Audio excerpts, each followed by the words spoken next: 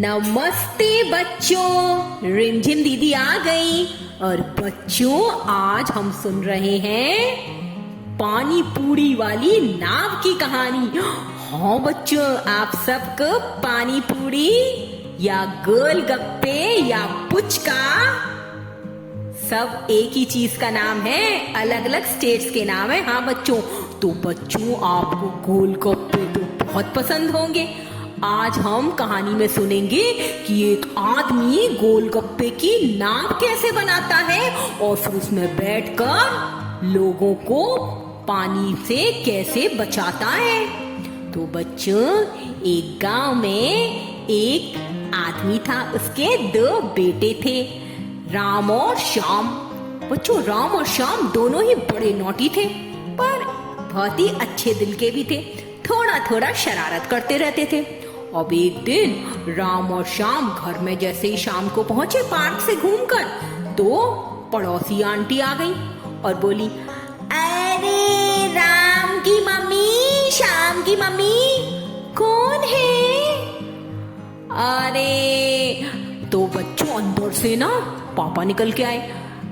कहिए बहन जी, कैसे आना हुआ? अरे भाई साहब, क्या बताऊं, आपके राम और श्याम ने आज मेरे बेटे टिंकू को बहुत परेशान किया। उसका स्कूल बैग उन्होंने फाड़ दिया, और तो और उन्होंने उसका बॉटल जो था उससे सारा पानी भी पी लिया। राम और श्याम, कहाँ हो तुम? इधर आओ। पापा ने जोर से राम और श्याम को बुलाया। बच्चों, राम और श्याम बाहर निकल के, जी पापा, जी पापा। ये आंटी क्या कह रही हैं? तुम्हारी शिकायत लेके आई हैं? जी पापा, नहीं पापा, नहीं, मैंने कुछ नहीं किया, वो तो राम भैया ने बोला था। नहीं पापा, मैंने कुछ नहीं किया, वो तो श्याम ने बोला था। बच्चों, दोनों आपस में एक दूसरे के ऊपर नाम लगाने लगे, पर कुछ भी नहीं हो सकता था। वो आंटी तो शिकायत करके चली गई। तभी मम्मी ने कहा, अरे क्या बताऊं आपको, पता है सुबह भी रानी की मम्मी आई थी, कह रही थी कि इन दोनों ने उनका मटका तोड़ दिया। हाँ, इतनी शरारत करते हैं ये बच्चे। तो और सर पे चढ़ा लो, तुम्हारा ही किया हुआ है। बहुत लाड़ प्यार करती हो ना तुम इन दोनों को, इसीलिए सर पे चढ़ गए हैं। चलो दोनों मुर्गा बन जाओ। जी पापा, पापा ठीक है। और बच्चों, राम और श्याम दोनों मुर्गा बन गए और पापा डंडा लेके खड़े थे। बच्चों, आधा घंटा हो गया दोनों मुर्गा बने रहे, क्योंकि बगल में पापा डंडा लेके खड़े थे। अगर वो खड़े होने की कोशिश करते तो पापा डंडे से उनकी पिटाई कर देते। हाँ, आप शरारत करते हो तो क्या कभी आपके पापा आपको मुर्गा बनाते हैं? पर आप तो गुड बॉय एंड गर्ल हो ना, आप तो कभी शरारत नहीं करते ना। पर भाई, हमारे राम और श्याम तो करते थे। अब बच्चों, 1 घंटा बीत गया, दोनों के पैरों में दर्द होने लगा।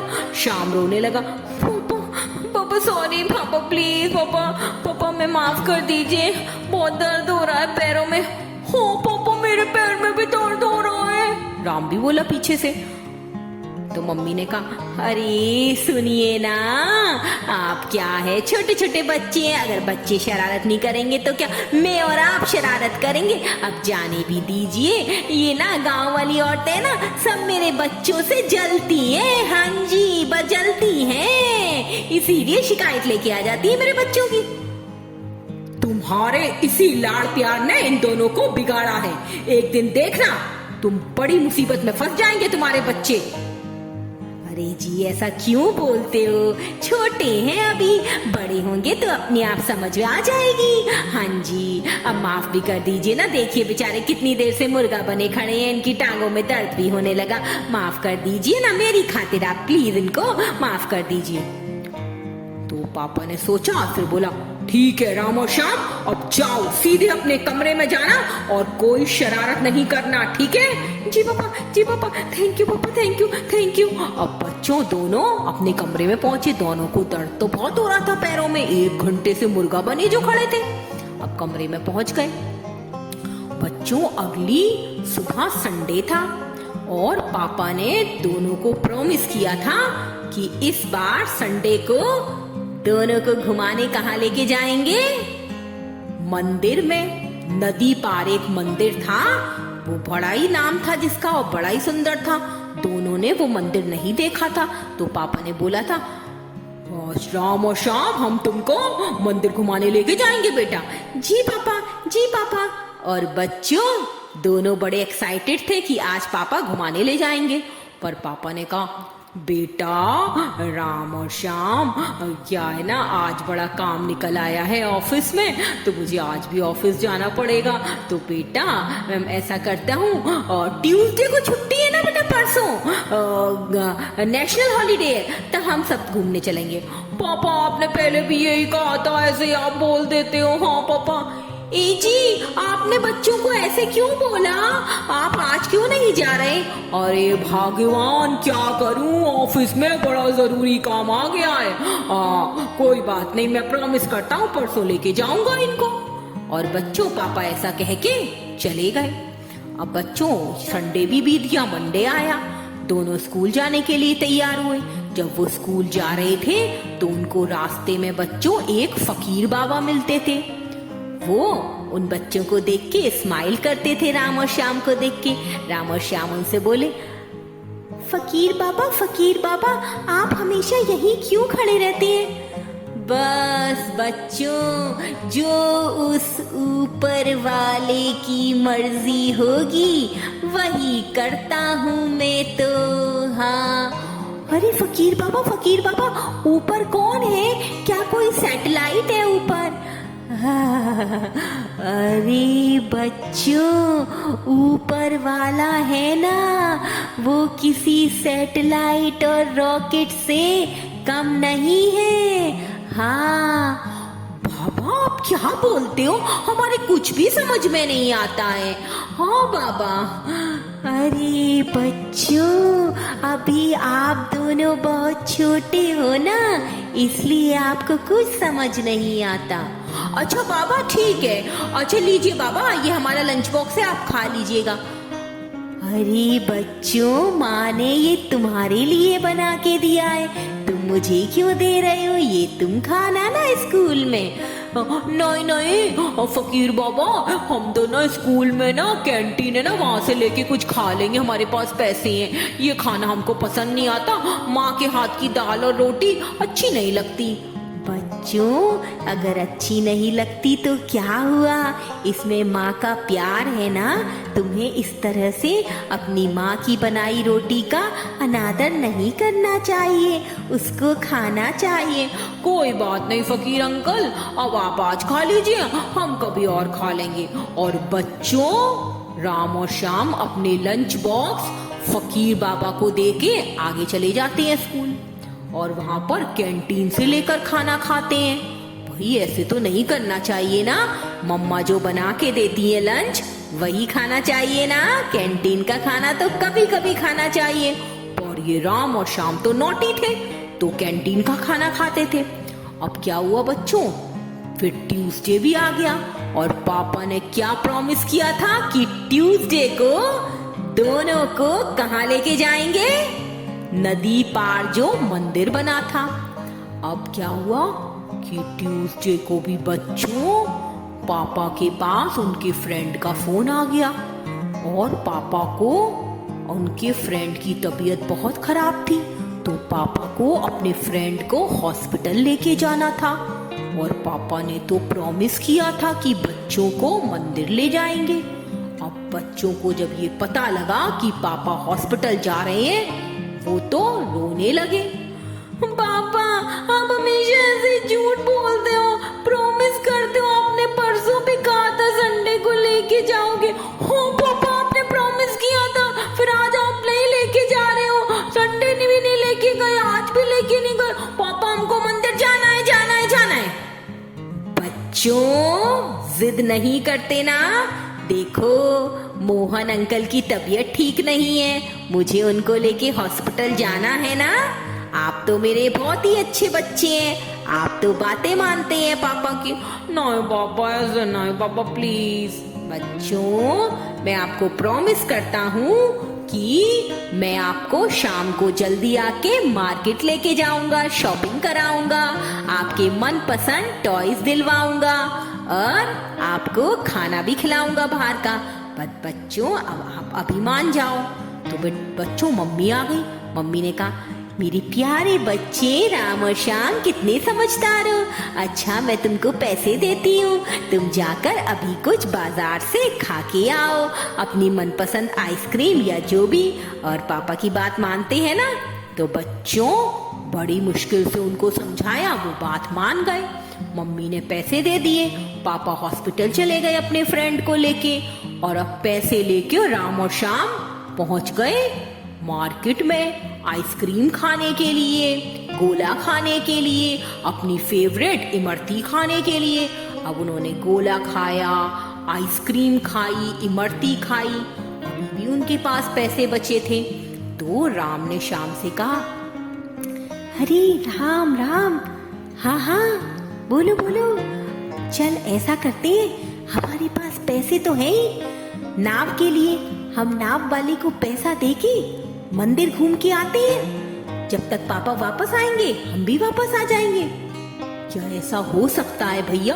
हाँ हाँ क्यों नहीं, हम चलते हैं ना, चल हम दोनों चलते हैं, चलो। और बच्चों दोनों अकेले ही नदी किनारे पहुंच गए। वहां पर उन्होंने एक नाव वाले से कहा, नाव वाले अंकल, क्या हमें आप नदी पार करा देंगे अपनी नाव में बैठाल के, वो मंदिर की तरफ? हाँ हाँ बच्चों आ जाओ, पैसे हैं ना तुम्हारे पास? जी अंकल हमारे पास पैसे हैं। और बच्चों दोनों नाव में जाके बैठ गए। अब ये सब कौन देख रहा था? वहां पर कौन खड़ा था? ये फकीर बाबा, जिसको राम और श्याम अपना लंच बॉक्स खिलाते थे और बातें करते थे। वो फकीर बाबा ये सब देख रहे थे कि बच्चे नदी में जा रहे हैं नाव में बैठकर।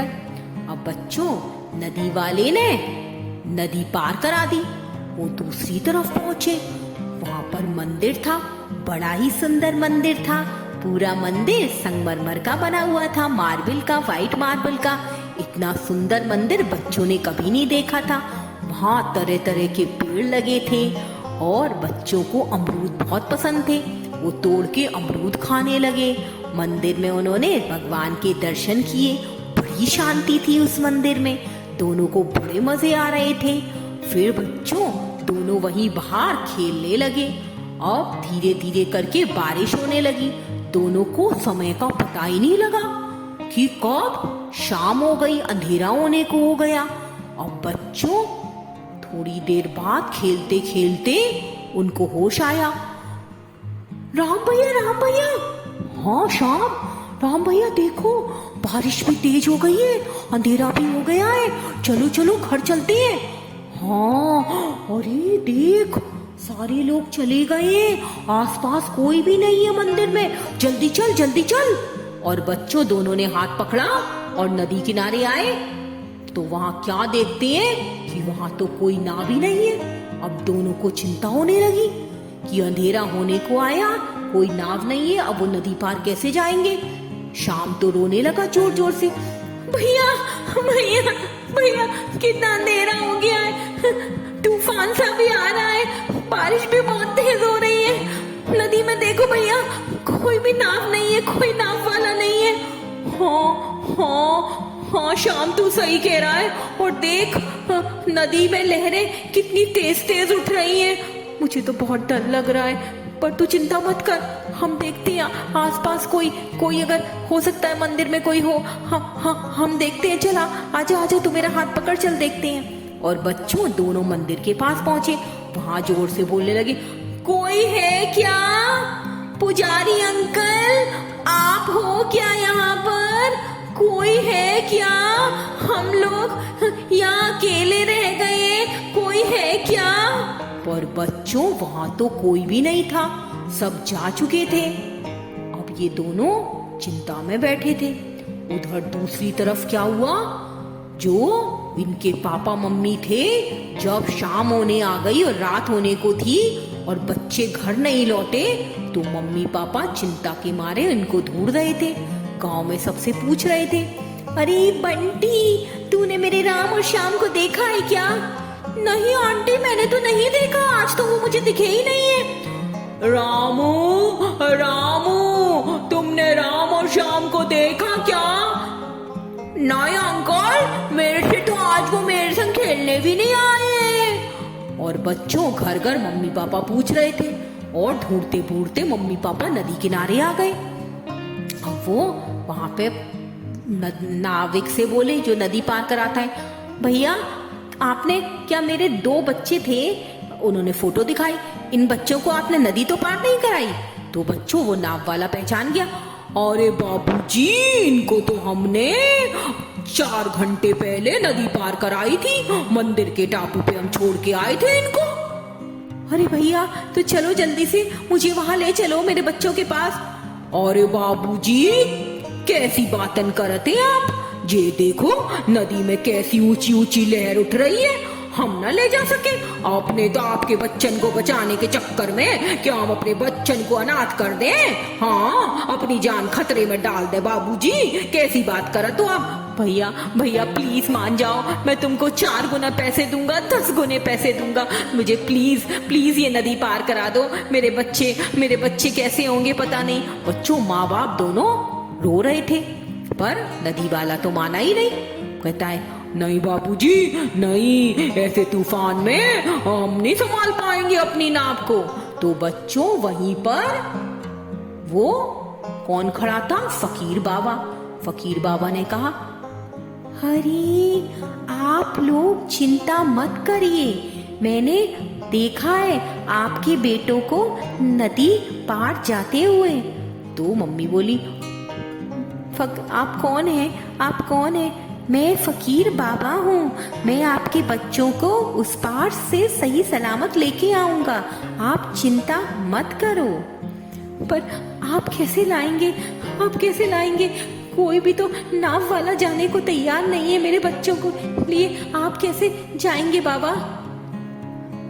मैं जाऊंगा क्योंकि उसकी मर्जी है। और बच्चों फकीर बाबा ने ऊपर भगवान की ओर इशारा किया, वो सबका रखवाला है, तुम्हारे बच्चों का भी रखवाला बनेगा बिटिया, तुम चिंता ना करो, मैं जाऊंगा उसको लेके आऊंगा तुम्हारे दोनों बच्चों को। और फिर बच्चों फकीर बाबा पास में एक पानी पूरी वाला खड़ा था, मतलब गोलगप्पे वाला, उसके पास गया। उसने गोलगप्पे वाले से कहा, भैया एक गोलगप्पा तो देना। और बच्चों उसने फकीर बाबा को एक गोलगप्पा दे दिया। अब एक गोलगप्पा कितना बड़ा होता है? आप एक बार में एक गोलगप्पा या पानी पूरी खा जाते हो ना अपने माउथ में रखकर। अब समझ नहीं आ रहा था मम्मी पापा को, ये गोलगप्पे की बातें कर रहे हैं फकीर बाबा, यहाँ मेरे बच्चों की जान खतरे में और ये गोलगप्पे खाने चले गए। पर बच्चों फकीर बाबा ने वो गोलगप्पा लिया और वो नदी के पास आए। उन्होंने वो गोलगप्पा पानी के अंदर किनारे पे रख दिया और वो नीचे बैठ के कुछ मंत्र पढ़ने लगे आंखें बंद करके।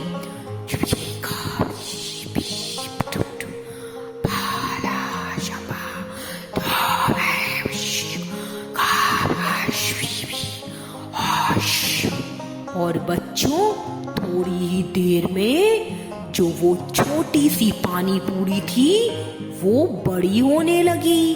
हाँ बच्चों, वो एक नाव के साइज की हो गई। अब फकीर बाबा उसमें बैठ गए जाकर। मम्मी पापा देख रहे थे, उनको समझ नहीं आ रहा था कि ये छोटी सी पानी पूरी इतनी बड़ी कैसे हो गई। पर उनको भगवान पर पूरा भरोसा था, वो देखते रहे। फकीर बाबा उस पानी पूरी के अंदर बैठ गए और जो उनके पास डंडा था उन्होंने उसको अब उस नाव को चलाने के लिए बना लिया। अब उस पतवार से वो नाव चलाते हुए, यानी कि वो पानी पूरी वाली नाव चलाते हुए दूसरे किनारे पहुंचे। वहां दोनों बच्चे खड़े रो रहे थे किनारे पर। फकीर बाबा को देखकर उनको राहत आई। बाबा बाबा फकीर बाबा, हाँ आप आ गए, आप हमें लेने आए। हाँ मेरे प्यारे बच्चों, मैं आप दोनों को लेने आया हूँ। फकीर बाबा आप इतने तूफान में कैसे आप आए इस पार? बस बच्चों, सब उस ऊपर वाले की मेहर है। उस ऊपर वाले की कृपा से मैं आ गया तुम्हारे पास। चलो मेरे बच्चों, बैठो इस नाव में। बच्चों, राम और श्याम ने देखा कि पानी पूरी के शेप की नाव है। उनको कुछ समझ नहीं आ रहा था, पर वो फकीर बाबा की बात मान के नाव में बैठ गए, पानी पूरी वाली नाव में। और बच्चों, फकीर बाबा उसमें बिठा के दोनों को इस पार ले आए मम्मी पापा के पास। और मम्मी पापा को सामने देखते ही दोनों बच्चे बाहर कूदे और मम्मी पापा के गले लग गए। मम्मी तो बहुत रो रही थी, पापा भी परेशान थे। मेरे प्यारे बच्चों कहाँ चले गए थे? बिना बताए इस तरह से कोई जाता है क्या? सॉरी मम्मा, सॉरी पापा, हम बिना बताए आपको नदी पार वाले मंदिर में चले गए थे। और बच्चों, राम और श्याम ने सारी कहानी सुना दी। पापा ने उनको समझाया, बच्चों आपको ऐसा नहीं करना चाहिए था ना। देखो आज तुम कितनी बड़ी मुसीबत में फंस गए। अगर ये फकीर बाबा नहीं होते तो समझ सकते हो आज क्या होता हमारा। जी पापा, हमको समझ में आ गया। और बच्चों, फिर फकीर बाबा से पापा ने कहा, फकीर बाबा आप हमारे साथ चलिए, हमारे घर चलिए, वहां पे आप खाना खाइएगा, हमारे साथ रहिएगा थोड़ा समय। नहीं, मेरे को अब आगे और काम है, यहाँ का मेरा काम खत्म हो गया बच्चों, अब मैं आगे जाऊंगा अपने काम पर, तुम लोग सुखी रहो। और बच्चों, इस तरह से देखा आपने, पता नहीं वो फकीर बाबा का जादू था या उन बच्चों की अच्छाई जिसने उन दोनों को बचा लिया। पर अंत भला सो सब भला। बच्चे तो बच गए और बड़ी मुसीबत से निकलकर सेफली अपने मम्मी पापा के पास पहुंच गए। है ना बच्चों अच्छी कहानी? हाँ, पर आप याद रखिएगा, राम और श्याम जैसी शरारत करके बिना बताए अपने मम्मी पापा को कहीं निकलना जाइएगा, है ना? ओके बच्चों, गुड नाइट, स्वीट ड्रीम्स।